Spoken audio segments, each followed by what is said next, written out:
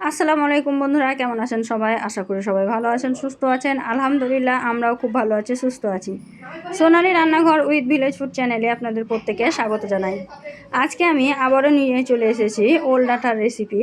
তো অনেকে ওল গাছ কিন্তু চিনতে পারেননি, আমি আগের ভিডিওতে দিয়েছিলাম। তো অনেকেই বলেছিল যে ওল শাকটা আসলে কি, ওল ডাঁটাটা কি, অনেকে অনেক কোশ্চেন করেছিল। তো তাদের সমস্ত কোশ্চেন দূর করার জন্যই কিন্তু আমি আবারও আজকে ওল ডাঁটার রেসিপি তৈরি করে দেখাবো।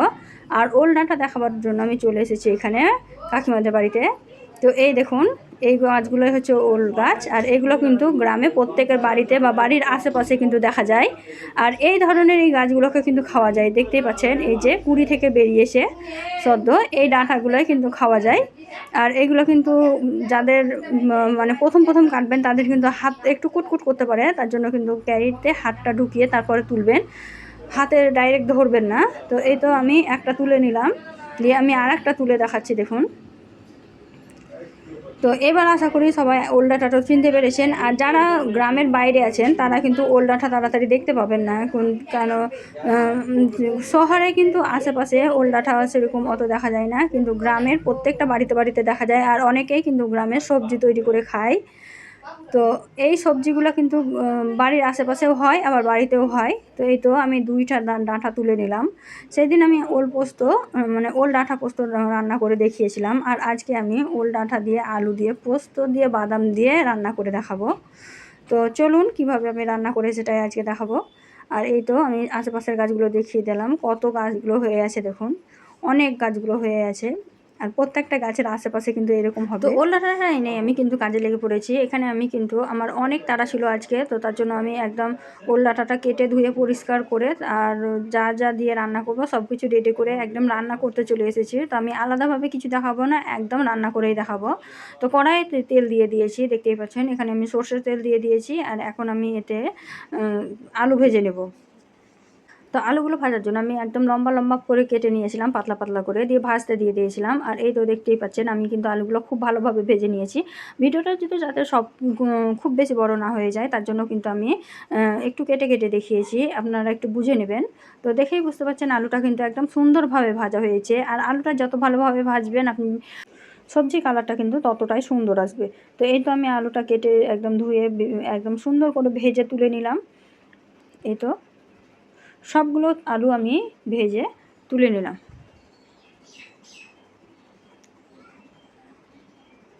তো আলুগুলো আমার সবগুলো তোলা হয়ে গেছে, তুলে একটা বাটিতে রেখে দিয়েছি। আর এখন আমি দিয়ে দেব ধুয়ে কেটে পরিষ্কার করে রাখা ওল ডাঁটা।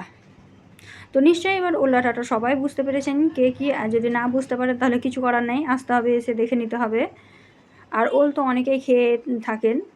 তো ভিডিওটি যদি প্রথমবার দেখে থাকেন, আমার চ্যানেলে যদি নতুন সদস্য হয়ে থাকেন, অবশ্যই আমার চ্যানেলটিকে সাবস্ক্রাইব করে দেবেন, পাশে থাকা বেল আইকনটিকে প্রেস করে দেবেন। আর নিত্য নতুন রেসিপি পাওয়ার জন্য আমার চ্যানেলটিকে সাবস্ক্রাইব করে দেবেন। আর ভিডিওগুলো যদি ভালো লেগে থাকে অবশ্যই একটা লাইক, শেয়ার, কমেন্ট করে দেবেন। আপনাদের একটা লাইক আমাদের মোটিভেট করে নতুন নতুন রেসিপি তৈরি করার আগ্রহ বাড়ায়। তো এখন আমি ওল ডাঁটাগুলো সব দিয়ে দিলাম। তখন সেদিন আমি মোটা মোটা করে ওল ডাঁটাগুলো কেটেছিলাম, কিন্তু আজকে আমি অনেক পাতলা পাতলা করে কেটেছি, যেহেতু আলু দিয়ে রান্না করব। তো তার জন্য তো এখন আমি ওল ডাঁটাটাকে একটু সময় নিয়ে ভালোভাবে নাড়াচাড়া করে ভেজে নেব। তো ওল ডাঁটাটা কিন্তু একদম সুন্দরভাবে ভাজতে হবে, তাহলেই কিন্তু যে ওল ডাঁটাটা কিন্তু খেলে চুলকাবেও না, কুটকুট করবে না, কিছুই করবে না, সুন্দর হবে একদম। তো এই তো দেখতেই পাচ্ছেন আমি ওল ডাঁটাগুলো সুন্দরভাবে ভেজে নিচ্ছি, দেখুন। তো ওল ডাঁটাটা সুন্দরভাবে সিদ্ধ হয়ে গেছে, অনেকটা ভাজা হয়ে গেছে। এই পর্যায়ে আমি লবণ দিয়ে দিয়েছিলাম। তো লবণ দেওয়াটা দেখানো হয়নি, স্কিপ হয়ে গেছে। তো ওর আমি এখানে দিয়ে দিলাম লবণটা, তখন পরে বলবেন যে দেয়নি, কিন্তু আমি এখানে লবণটা দিয়ে দিয়েছি। আর এখানে দিয়েছি আদা রসুন আর টমেটো সব কিছু পেস্ট করে নিয়েছি, তারপরে দিয়ে দিলাম। দিয়ে এখন ভালোভাবে কষিয়ে নেব। তো মশলার সঙ্গে ভালোভাবে কষিয়ে নিতে হবে। তো এটা দেখতেই পাচ্ছেন আমি কিন্তু একটু সময় নিয়ে ভালোভাবে কষাবো। তো মশলার সঙ্গে যতটা ভালোভাবে কষাতে পারবেন আপনার কালারটাও কিন্তু ততটা সুন্দর আসবে, টেস্টটাও কিন্তু এর সুন্দর আসবে এই কষানোর উপর নির্ভর করে।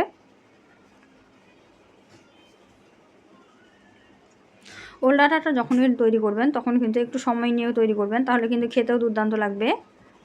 আর ওল ডাঁটার কিন্তু অনেক রেসিপি তৈরি করা যায়। তো এই তো দেখতেই পাচ্ছেন আমি ভালোভাবে কষিয়ে নিয়েছি। তো এখন আমি ভাজা আলুগুলো দিয়ে দিলাম, দিয়ে আবারও আমি ওল ডাঁটা, আলু আর মশলা ভালোভাবে কষিয়ে নেব একটু সময় নিয়ে। আর কালারটা এখনই দেখতেই পাচ্ছেন যে কতটা সুন্দর লাগছে দেখতে। তো এই রেসিপিটা আপনি দেখেই আন্দাজ করতে পারবেন যে খেতে কতটা টেস্টি হতে পারে। এই রেসিপিটা যদি থাকে তাহলে ভাত, রুটি, মুড়ি সব কিছু দিয়েই কিন্তু একদম জমে যাবে। তো এটা দেখতেই পাচ্ছেন। আর সবজি খাওয়া কিন্তু আমাদের শরীরের পক্ষে অনেক ভালো আছে। এই সবজি যদি বাড়ির পাশে পাওয়া যায় তাহলে তো আরও ভালো।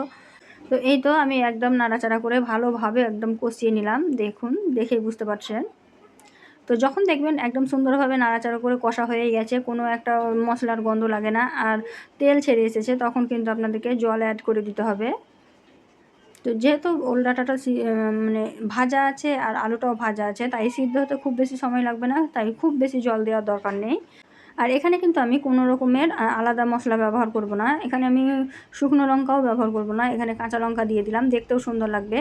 আর যদি গুঁড়া লঙ্কা দিতাম তাহলে কিন্তু কালারটা চেঞ্জ হয়ে যেত, তখন কিন্তু আমাকে অত ভালো লাগতো না। তাই আমি কাঁচা লঙ্কাটা দিয়ে দিলাম, সেন্টটাও খুব সুন্দর হবে আর খেতেও খুব ভালো লাগবে। তো এই তো কাঁচা লঙ্কা দিয়ে দিয়েছি। এখন আমি আবারও নাড়াচাড়া করে ভালোভাবে একটু কষিয়ে নেব। তো এই তো নাড়াচাড়া করে দিচ্ছি, দেখুন।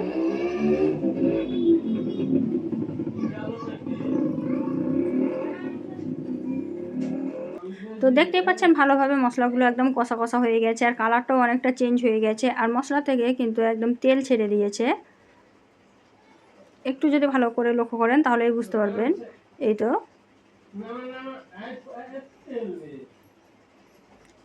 তো দেখুন কতটা সুন্দর হয়েছে। তো এই রেসিপিটা একবার হলো বাড়িতে তৈরি করবেন, আর যদি তৈরি করেন তাহলে কেমন হয়েছে কমেন্টে জানাতে ভুলবেন না। আর একবার হলেও তৈরি করবেন। তো এই তো আমি ভালোভাবে নাড়াচাড়া করে কষিয়ে নিলাম। তো আপনারা দেখেই বুঝতে পারছেন যে আমি অনেকক্ষণ ধরে নাড়াচাড়া করে কষিয়ে নিয়েছি। এখন আমি জল অ্যাড করে দিয়েছি। তো জল অ্যাড করানোটা আমার দেখা হয়নি, তো আমি জল অ্যাড করে দিয়েছিলাম, তারপরে কিন্তু ফুটিয়ে নিয়েছি ভালোভাবে। আর এখানে কিন্তু বাদাম আর সরষা আর পোস্ত বাটা আছে, সব কিছু দিয়ে দিলাম। দিয়ে আমি এখন নাড়াচাড়া করে ফুটিয়ে নেব। তো ফুটিয়ে আমি জলটাকে শুকিয়ে নেব, কারণ এটা কিন্তু একদম গায়ে গায়ে লাগা লাগা হলে কিন্তু সবথেকে বেশি ভালো হয়। তো এই তো আমি সব কিছু দিয়ে দিলাম, আর দেওয়ার সঙ্গে সঙ্গেই কিন্তু এর একদম টেক্সচারটা চেঞ্জ হয়ে গেল, ঘনত্বটা কত বেড়ে গেছে। আর যখন পোস্ত আর বাদাম ফুটবে তখন কিন্তু সিদ্ধ হয়ে আরও গাঢ় হয়ে যাবে আর দেখতেও খুব সুন্দর লাগবে। তো এই তো দেখতেই পাচ্ছেন লাস্ট ফিনিশিং কত সুন্দর লাগছে, কিন্তু এটা আমার খুব তাড়া ছিল তাই পরিবেশন করে দেখাতে পারিনি, তার জন্য খুব দুঃখিত। তো ভিডিওটি যদি ভালো লেগে থাকে অবশ্যই লাইক, শেয়ার, কমেন্ট করে দেবেন। আর এই ধরনের নিত্য নতুন রেসিপি পাওয়ার জন্য আমার চ্যানেলটিকে সাবস্ক্রাইব করে দেবেন, পাশে থাকা বেল আইকনটিকে প্রেস করে দেবেন। কালারটা দেখে বুঝতে পারছেন কতটা সুন্দর হয়েছে, আর এটা কিন্তু স্বাস্থ্যের পক্ষে খুবই ভালো খাওয়া। তো একবার হলেও বাড়িতে তৈরি করবেন। আর এখন আমি বিদায় নিচ্ছি, দেখা হবে এই ধরনের অন্য কোনো রেসিপি নিয়ে অন্য কোনো ভিডিওতে। ততক্ষণ সবাই ভালো থাকবেন, সুস্থ থাকবেন। খোদা হাফিজ।